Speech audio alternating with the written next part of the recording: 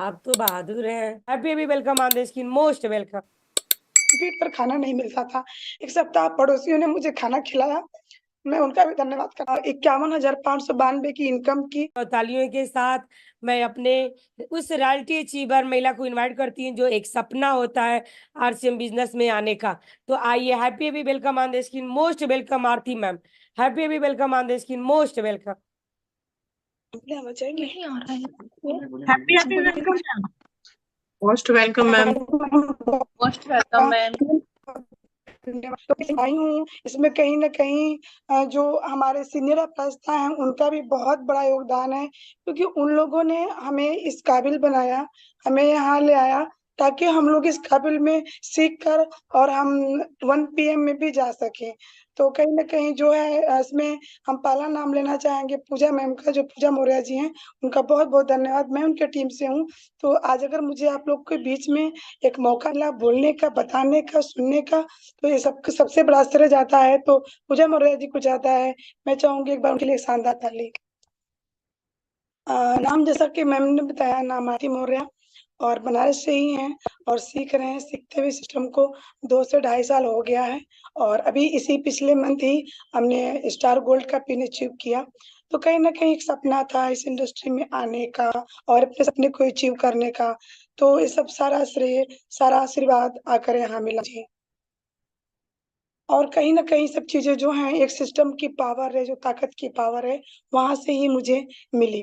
और कहीं न कहीं सब जो चीज़ें हैं एक ऊपर वाले की मर्ज़ी होती है, माता-पिता का आशीर्वाद होता है, जो हमें प्राप्त होता है। तो मैं परिचय में बता दूँ, मैं हम लोग 5 बहनें हैं, भाई नहीं है और कहीं न कहीं इस चीज़ की बहुत ज़्यादा कमी थी।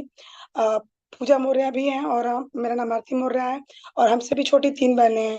5 बहनों को लेकर एक पिता के सामने जो ज़िल्लत आती है, जो ज़िंदगी में जो मुसीबतों का सामना करना पड़ता है, बहुत कठिन हम लोग का जीवन रहा है।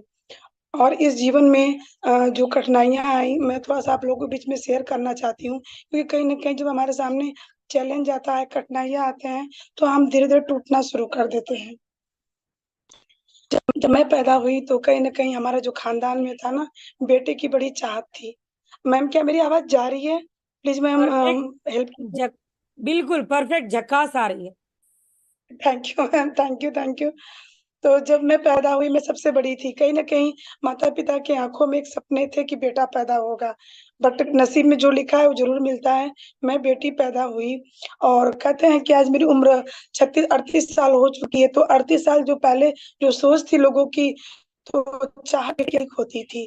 कहीं न कहीं ये चीज़ माता-पिता को भी खा रही थी। मेरे बाद पूजा पैदा हुई और फिर दूसरा कहर माता-पिता के ऊपर टूट गया। काफ़ी उनको जो है जलित मतलब किया गया, उनको काफ़ी अपमान किया गया, समाज से, परिवार से, बहुत कुछ उन हम लोगों को लेकर झेला, क्योंकि उन लोग की नज़र में बेटियों का कोई स्थान नहीं था। तो मैं 1.5-2 साल की थी और पूजा जो थी 3-4 दिन की थी और माता-पिता घर से लेकर निकल गए हम लोगों को, क्योंकि जिसके पास बेटियाँ होती हैं उनको वो समझा जाने लगा।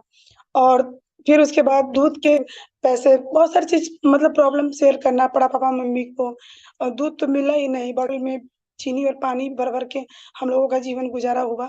इस तरह मेरे माता-पिता ने हम लोगों को बड़ा किया और ये चीज़ हम बराबर सुनते आए, काश बेटा होता, काश बेटा होता। हम लोगों की चीज़ें में ये शब्द बार-बार घाव करता रहा कि यार हम लोग बेटियाँ हैं, इतना बुरा है, क्या बेटियाँ कुछ नहीं कर सकती? लेकिन वैसा एनवायरनमेंट नहीं था, ऐसा प्लेटफ़ॉर्म नहीं था हम लोगों के पास।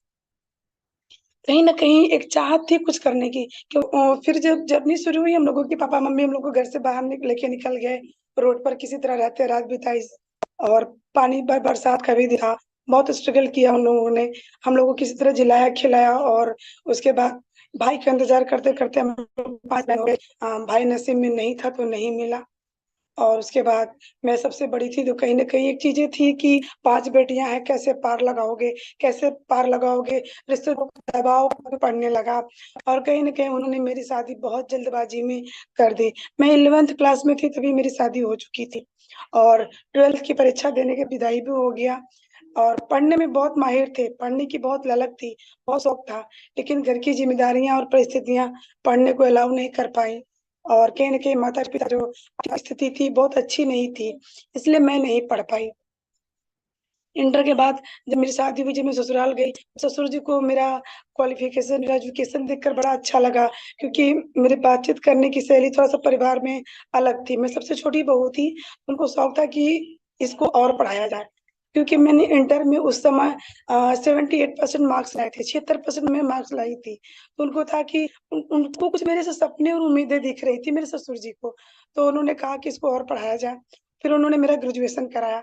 लेकिन एक कहावत कही गई है समाज की कि औरतें ही औरतों का पैर खींचती हैं, और कहीं न कहीं ये मेरे लिए बहुत सही साबित हुआ। और कहीं न कहीं ये मेरे लिए बहुत सही साबित हुआ। और जब मैंने इस चीज़ को महसूस किया, जब मैं पढ़ने बैठती थी तो पेपर जेठानी लोग जो थीं, बहुत कमेंट करती थीं, फर्स्ट टाँग गिराएँगी, ये पढ़ाएँगी तो हम लोग क्या करेंगे? चूल्हा-चौका हम लोग करेंगे, क्योंकि मेरी शादी बहुत ही गाँव में हो गई है, जहाँ पर मैंने कभी चूल्हे का मुँह नहीं देखा, फिर भी मैं 18 साल चूल्हे पे ही खाना बनाई। माता-पिता के घर बहुत लाडों से पली थी, लेकिन ससुराल जाने के बाद सारा चीज़ निकल गया। बहुत स्ट्रगल रहा लाइफ में, और सबसे बड़ी चीज़ ये थी कि पति जो हैं कमाते नहीं थे। कहीं न कहीं 4 में बहुत छोटे थे, तो होता था कि इसको कमाने की क्या ज़रूरत है, सभी भाई देख लेंगे। बट जब इंसान की शादी होती है तो ज़िम्मेदारियाँ उसके पास बढ़ जाती हैं। जब मैं कुछ खर्चे माँगती थी, तो बराबर ताने मिलते थे कि मैं कहाँ से लाके दूँ, मैं तो नहीं कमाता हूँ, तुम जाओ किसी और से माँगो। मैं किससे माँगने जाऊँ? ससुर जी से माँगती थी, तो वो बोलते थे कि तुम अपने पति से कहो। बहुत मतलब लाइफ़ बहुत कशमकश चल रही थी। उसी बीच 5 साल झेलते-झेलते हो गया। बीच में बहुत टकरार हुआ, बहुत कुछ चीज़ें हुई, और उसके बाद मेरा बेटा पैदा हुआ, जिसका नाम सूर्यांश है, और आज की डेट में वो 16 साल का हो चुका है। जब वो पैदा हुआ तो खर्चे और बढ़ गए, और दवाइयों के खर्चे बढ़ गए। कई दिक्कत लगी, बेटा को निमोनिया हो गया, बार-बार बीमार होता था। तो जब भी दवाई की बात आती थी तो लोग एक-दूसरे पे ताकते थे, उसको हॉस्पिटल ले जाना होता था, तो और देर रात तक ठंड में मुझे काम करना ही होता था, जिससे मैं बच्चे का केयर नहीं कर पाती थी। बच्चा पेशाब में रहे या लैट्रिन में रहे, और 4 घंटे हैं, जब मैं खाली हो जाऊँगी तभी मैं उसको देखूँगी। कहीं न कहीं ये पुराने परिवार की सोच ऐसी होती थी, कोई छूता नहीं था बच्चे को। और बेटा धीरे-धीरे 8-10 साल का हो गया, फिर भी मम्मी के सहारे, पापा के सहारे हर महीने का खर्च ये लोग मुझे देते थे, पापा-मम्मी, हर चीज़, दवाई, खर्चा, कपड़ा सब। बट मुझे एक ना एक चीज़ कहीं न कहीं खाती थी कि मेरी जीवन ऐसा कब तक चलेगा? मैं इतनी पढ़ी-लिखी हूँ, क्योंकि उस समय मुलायम सिंह का राज था, और मुझे याद है, मुझे 20,000 रुपए मिले थे, जैसे अभी के बच्चों को मोबाइल मिला है, उसमें मुझे 20,000 रुपए मिले थे। तो मुझे लगा कि यार मेरे में कुछ है, जो मैं कुछ कर सकती हूँ। लेकिन जो परिवार था ना, तो गोबर उठाने के लिए और खेत में फसल काटने के लिए बहुत मतलब डिस्टर्बिंग होती थी। मैं ना करूँ तो बहुत कमेंट होते थे, और परिवार काफ़ी लंबा था। मैं छोटी थी, 4 देवरानी, 4 जेठानी, तो मिला-जुला के 20-25 फैमिली मेरी होती थी। इतने लोग का खाना बनाने के बावजूद, बर्तन धोने के बावजूद, अपने लिए समय बहुत कम निकलता था कि मैं कुछ और कर सकूँ। रो के, हार के मैं उस घर में ही काम करना शुरू की। हम लोग मोरया में रहते हैं, हमारे यहाँ खेती बहुत ज़्यादा होती है। तो गेहूँ काटना, धान काटना, अरहर काटना, गन्ना का छिलाई, मतलब पूरा ए टू जेड हम लोग के घर पे ये काम होता था। और जब मैं करती थी तो मैं बहुत रोती थी कि भगवान मेरी किस्मत कहाँ ला दिए, मैं इस लायक नहीं हूँ, मुझे कुछ और करना है। सर पे जब गोबर उठा के मैं चलती थी, तो मेरी जेठानी लोग हँसती थी, क्योंकि वहाँ पर ये भी रिवाज नहीं था, जैसे साड़ी हम पहनते हैं तो उल्टा पल्ला वहाँ पे नहीं लिया जाता था। वहाँ पे बिल्कुल गाँव-गँवार जैसा साड़ी पहनते हैं। मुझ पे कमेंट होता था कि उल्टा पल्ला झाड़ के जा रही हो मैडम, कब तक तुमको गोबर जीवन भर फेंकना है? बहुत सारे मेरे पे कमेंट होते थे, और मैं घर में आकर के मैं रोना शुरू कर देती थी।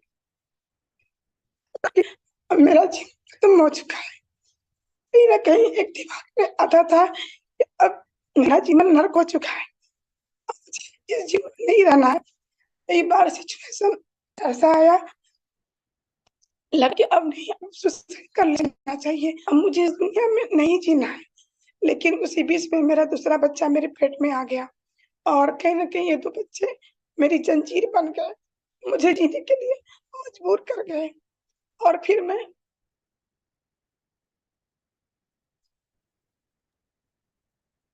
आरती पानी पी लो थोड़ा सा। पानी पी लो थोड़ा सा। शांत।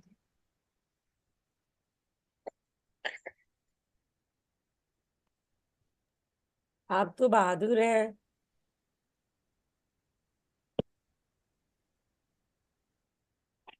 Sorry ma'am. बट इन दोनों बच्चों ने मुझे अपना जीवन जीने के लिए मजबूर कर दिया और मैंने फिर से एक उड़ान भरी और मैंने घर छोड़ने का फैसला ले लिया। और मेरा बेटा उस समय छोटा वाला जो था 2 साल का था और मैं उसको लेके घर से निकल गई, क्योंकि घर की स्थिति थी कि कहीं न कहीं मैं या तो मैं इसमें से दफन हो जाऊँ या मैं इससे बाहर निकल जाऊँ। मेरे पास 2 ही सिचुएशन था, उसके बाद कुछ भी नहीं था मेरे पास। और फिर मैं बच्चों को गोद में लेकर मैं घर से निकल गई और घर से निकलने के बाद अता-पता नहीं था कि क्या करूँगी, कैसे करूँगी, बच्चों को कैसे खिलाऊँगी। बहुत प्रॉब्लम आई, लेकिन कि अपना मकान था बनारस में, पापा ने बनाकर छोड़ा हुआ था। तो पापा ने कहा था कि बेटा तुझे जब भी लगे कि नहीं मुझे बाहर जाना है तो तू यहाँ आ सकती है। उसकी चाबी मेरे पास थी और मैं 2 बच्चों को लेकर मैं वहाँ चली गई। 1 सप्ताह पड़ोसियों ने मुझे खाना खिलाया, मैं उनका भी धन्यवाद करना चाहूँगी।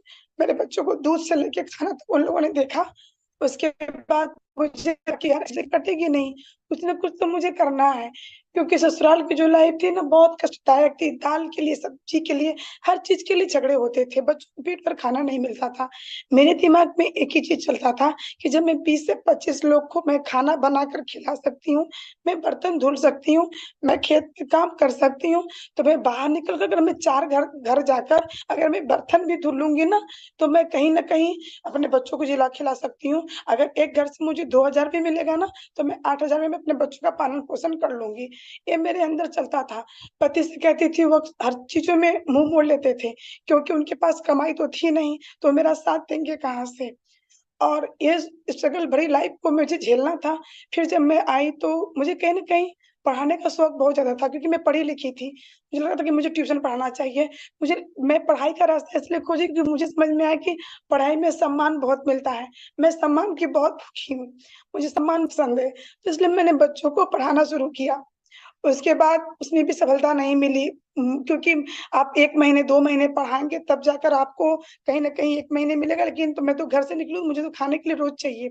1 सप्ताह बाद पापा-मम्मी जो भी बन पड़ा उन लोगों से गाड़ी से सामान लेकर बर्तन, अन्न, राशन सब लेकर मेरे पास पहुँचे और सपोर्ट किया। फिर मैं सिलाई का हुनर भी था मेरे अंदर। फिर मैं पायल था मेरे पैर का, मैंने पायल को बेच के मैंने सिलाई मशीन लिया और मैं सिलाई करना शुरू कर दी। सिलाई भी मैंने किया, लेकिन सिलाई करने में भी काफ़ी तकलीफ थी। दिन भर चलाते-चलाते पैरों में सूजन हो जाती थी, आँखों की रोशनी डाउन होने लगी। तो मेंटली मेरे लाइफ में इतना ससुराल से कि मुझे माइग्रेन हो गया था, जिसकी वज़ह से मेरे ससुराल वाले मुझे पागल कहते थे कि पागल हो चुकी है ये। ये हमेशा इसके सर में दर्द होता है, पागलों के सर में दर्द होता है। क्योंकि मैं रात में भी नहीं सोती थी। उनकी दिन भर की जो जिल्लतें होती थी ना सास के, पति के, तो रातों में मेरे कानों में गूँजता था। इसलिए मुझे दर्द, मैं सो नहीं पाती थी, तो मुझे माइग्रेन हो गया था। उसके बाद जब मैं सिलाई करी तो माइग्रेन मेरा तेज़ी से और बढ़ गया। फिर मैं सोची कि अब मैं क्या करूँ? उसके बाद गले का चैन था जो मेरे पापा ने मुझे दिया हुआ था, उस गले के चैन को मैंने बेचकर सोनार के पास फिर मैंने पार्लर डाला, क्योंकि पार्लर मैं 15 साल पहले का सीखी थी। और मैं अपने ससुर से बोली भी कि पिताजी मुझे पार्लर खुलवा दें, मेरे हाथ में 2 पैसे की अर्निंग रहेगी, तो मैं किसी के आगे हाथ नहीं फैलाऊँगी। लेकिन उनकी भी सोच औरतों ने बदल डाली थी कि घर की औरतें कमाने नहीं जाती, तुम कमाओगे तो खर्चा चलेगा, तुमको नहीं मिल रहा है। इस तरह उस तरह बातें करके फिर मैं जीऊँगा तो ऐसा नहीं होने दूँगा। बहुत सारा चीज़ मेरे सामने आया, तो फिर मैंने उनसे कहना छोड़ दिया। फिर मैं निकल आई, उसके बाद मैंने गले का चैन बेचकर मैंने पार्लर डाला। पार्लर चलाने लगी, लेकिन उसी बीच में जब मैं माइग्रेन से परेशान थी, तो मुझे किसी ने पंचतुलसी का ड्रॉप दिया। और ये हमारे घर में जो आरसीएम बिज़नेस है, ये 2007 से पापा ने किया था, लेकिन बीच में वो स्थायी हो गए थे और बहन कर रही थी, पूजा मौर्य कर रही थी। लेकिन मुझे लगता था कि अरे यार, उसके तो हस्बैंड सपोर्ट करते हैं, वो दोनों हस्बैंड वाइफ कर लेते हैं, मैं अकेले 2 छोटे बच्चों को लेके कहाँ जाऊँगी? ये मेरे बस का नहीं है। और मुझे बहुत प्रेशर डालती रही, लेकिन मैं उनकी बात नहीं सुनी। कहीं न कहीं नेटवर्क मार्केटिंग की सच्चाई है कि लोग अपनों की बातें नहीं सुनते हैं, वही मैंने भी किया। मैं पूजा की कोई बात नहीं सुनी। मैंने बहुत कहा कि यार मेरी बहन मुझसे नहीं होगा, इसमें बहुत झूठ 3-5 बोलना होता है, वो मेरे बस का नहीं है, मैं नहीं कर पाऊँगी, क्योंकि मैं बहुत कम बोलती थी, क्योंकि मैं इतना मतलब स्ट्रेस डिप्रेशन में रहती थी, मुझे किसी की बातें ना अच्छी लगती थी, ना मैं किसी को सुनती थी, ना मैं अपना बोलती थी। मैं बहुत चुपचाप और शांत रहने वाली लड़की थी। सभी उबाल से मन में ही रहते थे, बाहर में नहीं निकालती थी। इसलिए मुझे लगा कि आरसी मेरे बस का काम नहीं है। पूजा तो कर लेती है, पूजा तो हँसती बोलती है, हस्बैंड साथ में, दोनों हस्बैंड वाइफ मिलके कर लेते हैं। मैं तो अकेले हूँ, मैं 2 साल का बच्चा लेके मैं कहाँ जाऊँगी, कैसे करूँगी?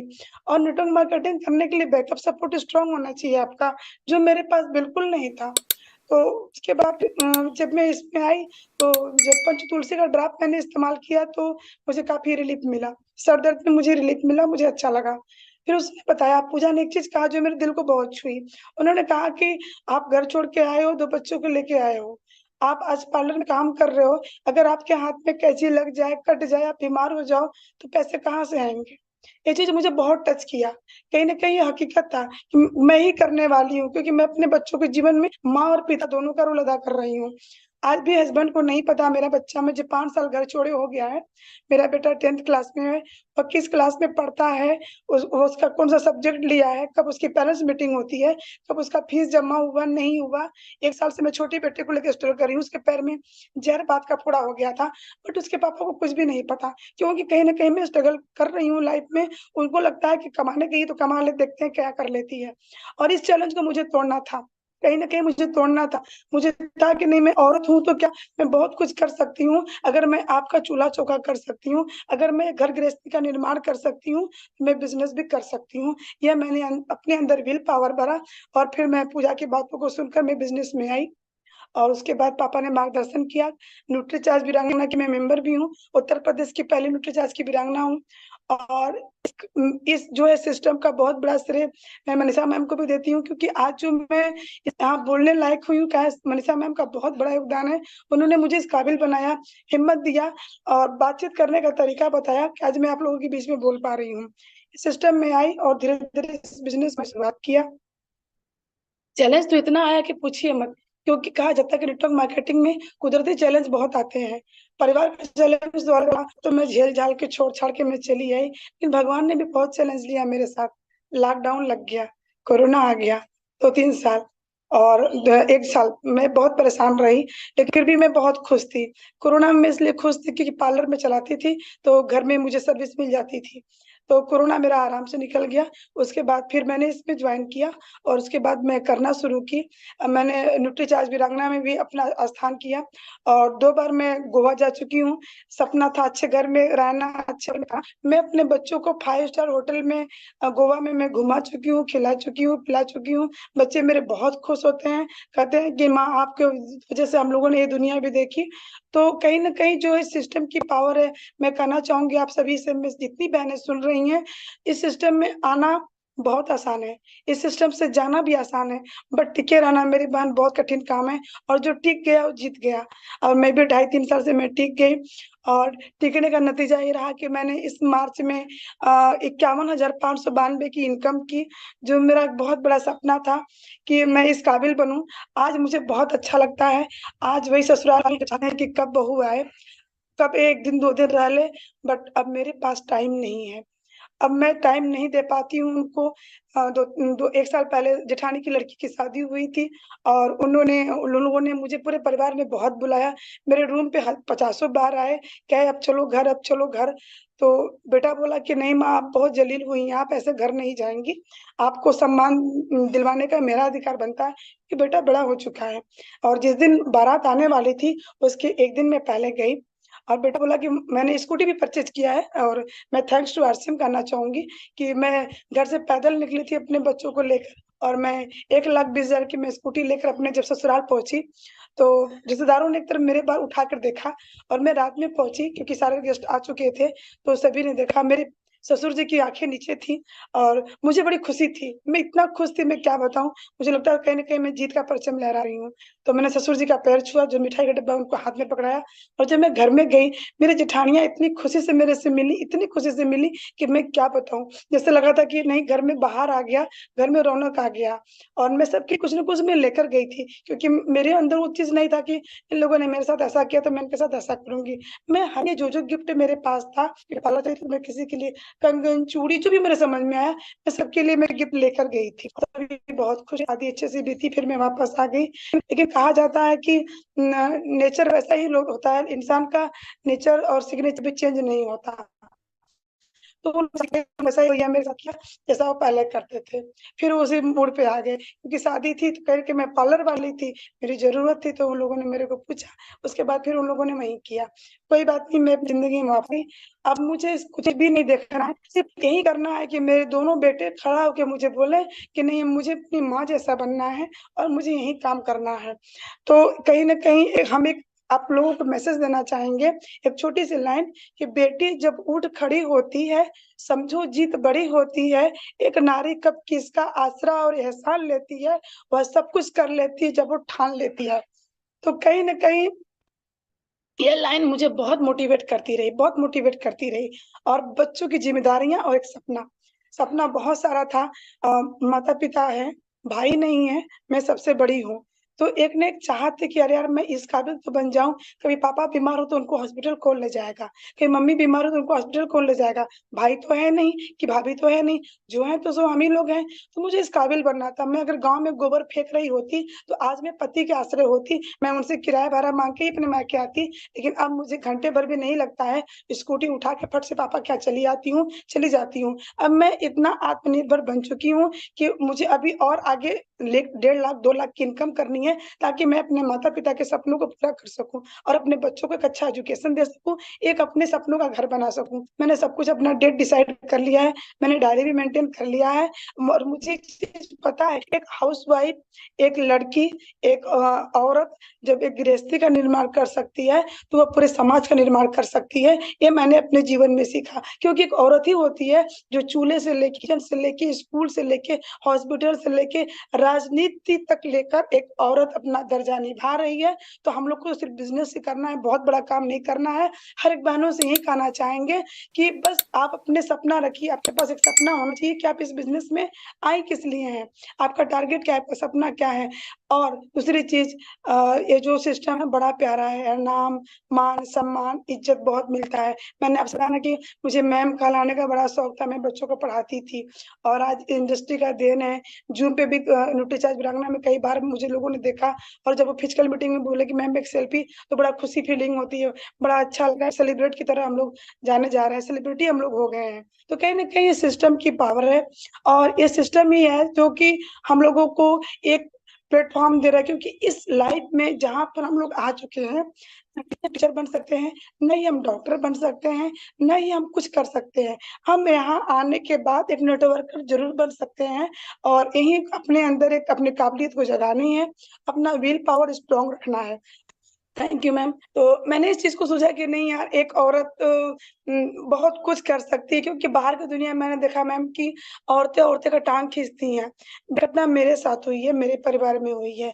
लेकिन यहाँ पर आप लोगों को देखने के बाद मैंने सारे मैम को सुना, मधुसूदी मैम को मैंने सुना, पूजा अरोड़ा को मैंने सुना, हेमलता मैम को मैंने सुना, और संध्या मैम को मैंने सुना, क्षमा मैम को मैं रोज सुनती हूँ।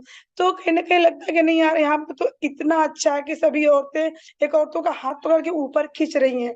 बाहर की दुनिया में क्या है, औरतें औरतों का टांग खींचती हैं, बुराई करती हैं, शिकायत करती हैं। यहाँ आने के बाद हमारी थिंकिंग जो है चेंज हो जाती है। तो कहीं ना कहीं ये प्लेटफॉर्म हम लोगों के लिए बहुत बेस्ट है। और अगर कुदरत आपका परीक्षा ले रहा है तो इससे बिल्कुल हार न माने, क्योंकि वह आपको चेक करता है, वह उन्हीं को भी जिम्मेदारियां देता है जो हमारे कंधे मजबूत होते हैं और उन जिम्मेदारियों को उठाने लायक होते हैं। मैं बहुत जब कभी कभी रोती थी तो मेरे मम्मी पापा समझाते थे, तू घबरा मत, तू सीता है, सीता ने दोनों बच्चों को अकेले पाला है, और तू भी इतिहास रचेगी। यह मोटिवेशन उनका मुझे मिलता रहा। मेरे पापा एक लाइन और कहते हैं जो मुझे बहुत मेरे जीवन में वह लाइन मोटिवेट मुझे करती है, कि ये समझो कि जब दुख का चरम सीमा हो, जब लगे कि अब बर्दाश्त नहीं हो रहा है, तो सोच लो सुख का दरवाजा खुलने वाला है। तो कहीं ना कहीं ये लाइनें मुझे काफी मोटिवेट करती रही, मैं अपने अंदर भरती रही। और मैंने एक लाइन चीज और मैंने अपने आप को महसूस किया कि तकदीर सबकी होती है। और मैंने एक लाइन पढ़ा हुआ था कि तकदीर के खेल से नाराज नहीं होती, जिंदगी में कभी उदास नहीं होते, और जिंदगी के खेल से कभी उदास मत होना है मेरे दोस्त, तकदीर तो उनकी भी होती है जिनके हाथ नहीं होते। तो मुझे लगा कि नहीं यार, सब कुछ बेकार मेरे साथ नहीं जाएगा, कभी ना कभी अपना समय जरूर बदलेगा।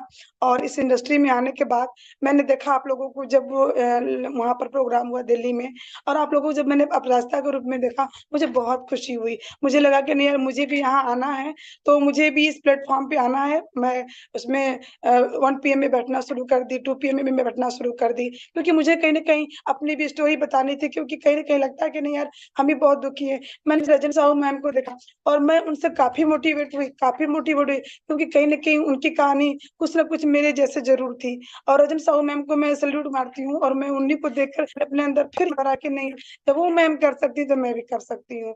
तो यह मंच हम महिलाओं के लिए बहुत सुंदर प्लेटफॉर्म बनाया गया है। आदरणीय गुरु बीसी छावड़ा जी को बहुत कोटि कोटि में धन्यवाद करना चाहती हूँ, इस कंपनी को धन्यवाद करना चाहती हूँ, सारी सीनियर अपराजिता मैम को धन्यवाद करना चाहती हूँ कि आप लोगों ने हम बहनों को आगे बढ़ाने का एक ऐसा प्लेटफॉर्म बनाया, और हम बहनें भी आकर अपनी कहानियां कह सकते हैं, सुन सकते हैं, समझ सकते हैं। और बाकी जो कहानी थी काफी शॉर्ट में मैंने बताने की कोशिश की, क्योंकि मुझे लगा कि नहीं यार, कहीं ना कहीं बहुत ज्यादा टाइम हो जाएगा। अपने जीवन में एक बात मायने रखता है बहुत, मैंने उनको सुना है, सतीश पंडित जी की वाइफ जो है मिलन पंडित जी, मुझे वह बहुत मतलब हार्ट टच करता है, क्योंकि हम जिस चीज के लिए सोचते हैं ना कि हम क्या कर रहे हैं क्या नहीं कर रहे हैं, आप ये सोचिए कि अभी आप क्या हैं कैसे हैं यह मायने नहीं रखता, आप क्या छोड़ के जाएंगे अपने परिवार के लिए यह मायने रखता है। और इतना धूम मचा के काम करना, इतनी मेहनत करना है कि मेरे आने वाली जनरेशन को कहीं नौकरी के लिए धक्का न खाना पड़े, इतना मेहनत करना है, इतना धूम मचा के काम करना है। और कहीं ना कहीं मुझे पता है कि एक औरत ये सब कुछ मेहनत कर सकती है, क्योंकि एक औरत ही है जो जानती है ससुराल के लोगों को कैसे खुश करना है और मायके में भी कैसे करना है। वह हर जगह अपनी जिम्मेदारियों को बखूबी निभाती है, क्योंकि उसके पास जो है ना, कहते हैं कि 10 भुजा है, 8 भुजा है, दुर्गा काली हर चीज का रूप दिया जाता है, सरस्वती, क्योंकि एक औरत जो है नर्स भी बन जाती है जब बच्चे बीमार होते हैं, बहू भी बन जाती है जब घर में जिम्मेदारियां उठानी पड़ती हैं, नौकरानी भी बढ़ जाती है जब घर में झाड़ू पोछा करना होता है, वो सारे काम अकेले हैंडल कर लेती है। तो मैं जानती हूँ कि एक औरत में बहुत बड़ी पावर होती है। और हम सभी औरतों को अपना समय टाइम मैनेजमेंट करके बिजनेस पे ध्यान देना चाहिए, क्योंकि काफी औरतें हैं, मैंने देखा हुआ है उन लोगों को जो टीवी में समय बर्बाद करते हैं। तो वहां समय न बर्बाद करके हम उसको थोड़ा 1 ही घंटा 2 ही घंटा अपने बिजनेस में लगाएंगे, तो हमारे पास एक पावर होगी और हमारे हंसेंगे, क्योंकि पैसों की मेरे से बड़ा किसी ने नहीं झेला है। हाँ, सबकी इच्छाएं होती हैं, मैं अपनी माँ के लिए कुछ करूं, मैं अपनी बहन के लिए कुछ करूं, मैं अपने बच्चों के लिए कुछ करूं।